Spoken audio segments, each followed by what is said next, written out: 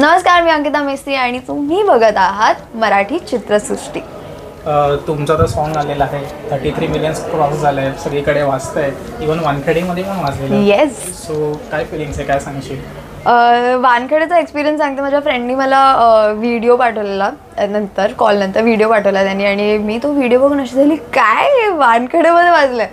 म्हणजे स्वप्न असतं ना आपलं, ते कम्प्लीट होताना आपल्याला दिसत होतं. आणि जे गाणं मी केलं आहे म्हणजे त्यात आहे मी, तर ते अजून थोडंसं वाटलं की वाव अंकिता, तू तुझ्या स्वप्नांकडे बोलतात ना एक पाऊल अजून पुढे आली आहे. आणि खूप मस्त फिलिंग होती, खूप वेगळी फिलिंग होती आणि एकदम मन भरून आलेलं की येस, इट्स माय सॉन्ग. तू आता जसं मेन्शन केलं की तुझ्या फ्रेंडनी ते व्हिडिओ पाठवला आणि ते सॉन्ग जेव्हा तिकडे वाजत होतं, तेव्हा तुला असं वाटलं असेल ना की बाबा मी ॲट प्रेझेंट तिथे असली असेल तर? येस, मला खूपच झालेलं, काश मी तिकडे गेली असते, काश मी त्या दिवशी तिकीट बुक केली असते आणि मी त्या इकडे असते. आणि मी लिटरली रील पण माझी डोक्यात झालेली की मी कशी रील बनवली असते म्हणजे त्या स्टेडियममध्ये उभी राहून.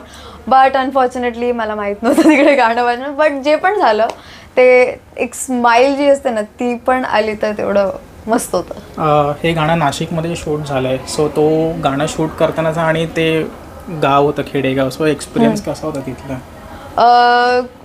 गावातलं बोलू तर आता मला खूप जास्त गावाचा एक्सपिरियन्स झाला आहे इन ऑल वेज.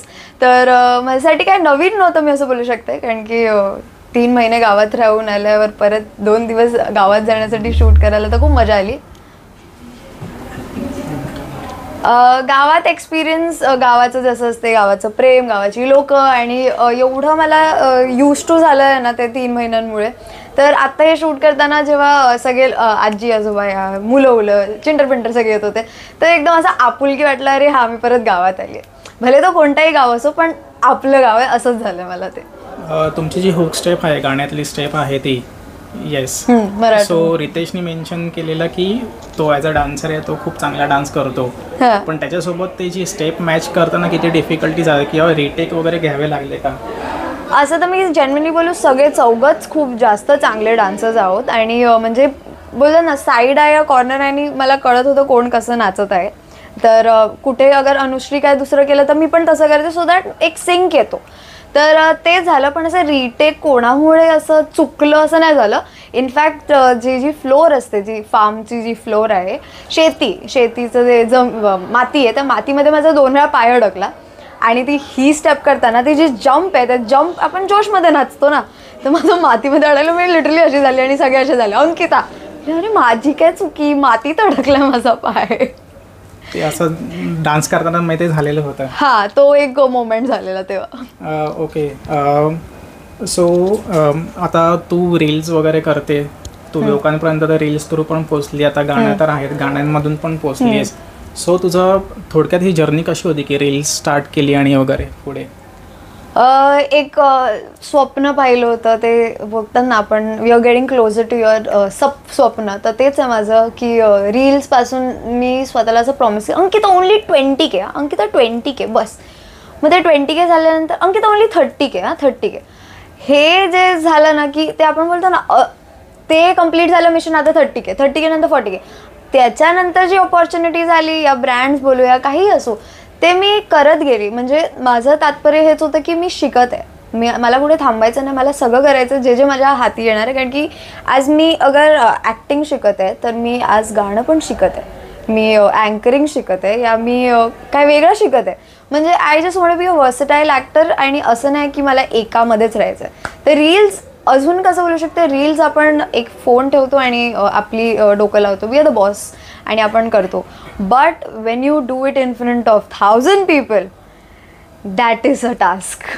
आणि तो वेगळाच एक्सपिरियन्स आहे. पण आता तू जसं मेन्शन केलं की रील आपण स्वतः जे करतो तेव्हा तो मोबाईल आपण ठेवतो वगैरे, पण ग्रुप सर्कलमध्ये किंवा हे करतो तेव्हा तर ऑब्व्हियसली ते शूट करावं लागतं वगैरे, आणि मग ती स्वतःची थिंकिंग वगैरे असते. सो तेव्हा तुझ्या डोक्यात वगैरे काय असतं, म्हणजे कशा डिफिकल्टीज वगैरे असतात? असे डिफिकल्टीज नाही, मला माझे फ्रेम्स क्लिअर असतात, मला कसे टाईपचा फ्रेम्स हवं आहे. अगर माझी कॉन्सेप्ट असणार आहे तर मी एक दिवस पहिलेच ब्रेनस्टॉर्म करते, मी लिहिते की काय काय मला पाहिजे या, आणि कोण कॅरेक्टर्स असणार, मला माहीत आहे त्यांची काबिलियती, काय बोलतात त्याला, एबिलिटी.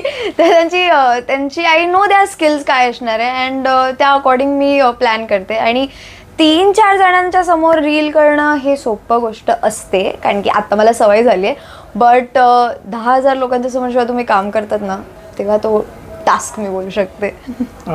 सो आता तू थोडक्यात तुझा प्रवास सांगत होतीस, पण प्रत्येकाच्या लाईफमध्ये अप्स अँड डाऊन्स येतात. की आता तू म्हणालीस की असं रील्सपासून तुझी जर्नी स्टार्ट झाली, पण कधी कधी असं वाटतं ना की काही गोष्टी होत नाही आहेत, सो मी सोडून देते.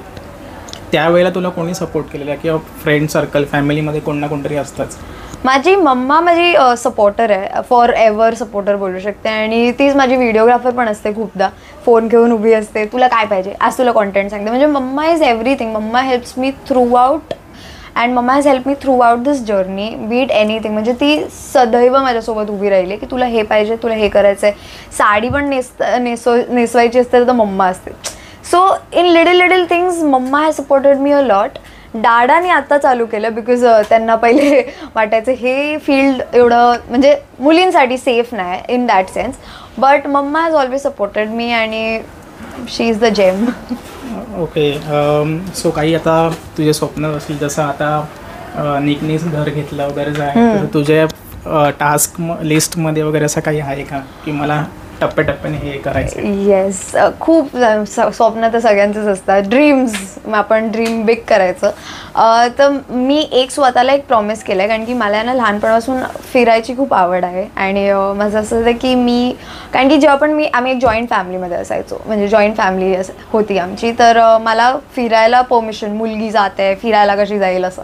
तर मला इंटरनॅशनल ट्रिप्स मारायला आणि लोकांना बोलतात ना कंट्रीचं कल्चर हे सगळं बघायला खूप आवडतं आणि बोलतात ना लर्न करायचं असतं. तर फॉर दॅट रिझन मी खूपदा परमिशन मागितली तर मला मिळाली नाही. तर माझं असं झालं, अंकिता इट्स टाईम, स्वतः पैसे कमव आणि आता फिर. तर मी स्वतःला एक प्रॉमिस केलं की every year in the month of March or so on, जेव्हा काम नसेल तेव्हा मी एक ट्रिप काढेल आणि मी एक इंटरनॅशनल ट्रिपला जाऊन येणार स्वतःला एक गिफ्ट म्हणून. So that is a dream for me आणि ते मी कम्प्लीट करत राहते. So last year it happen, this year it is going to happen. Okay, हे खूप भारी आहे. सो आता हे जे सॉन्ग आहे ह्याच्यामध्ये तुझं सिलेक्शन कसं झालं? पहिला कॉल कोणाचा आलेला? ह्या सॉन्गचं हेच झालं ॲक्च्युली, मी जाऊबाई गावात केलं. तर गावचं जे प्रशांत दादांनी पूर्ण शो बघितला माझा, तर त्यांचं एकच होतं की हिला आता गावाचं म्हणजे बोलतो ना आपल्याकडे ऑडियन्स आहे गावाचा आता फुल. तर त्यांचं असंच होतं की शी इज द राईट चॉईस. आणि मी झुमका ऑलरेडी केलं आहे निकसोबत, तर त्यांचं तेच होतं, निक आणि Ankita will be a good pair for it. तर गावामुळे माझं हे सिलेक्शन झालं असं बोलू शकते. ओके. सो थोडक्यात निक दादाने तिथून तुला बघून मग तिथून मग सिलेक्ट करून मग हे गाण्यामध्ये तू शेवटी आज दिसतेस लोकांपर्यंत. ओके. सो फायनली ऑडियन्सला काय सांगशील? ऑडियन्सला मला हे सांगायचं आहे की नखरेवाली गाणं तुम्ही प्लीज अजून पहा आणि याला 100 मिलियन लगेच पोचवा, कारण की मग परत मी तुम्हाला भेटेल आणि अजून इंटरव्ह्यूज देईल. आणि खूप प्रेम करा आणि तुम्ही जे पण लाईफमध्ये अचीव करायचं स्वप्न बघत आहात तर ते कधीच थांबू नका. एक दिवस life will surprise you. Okay, thank you. Thank you.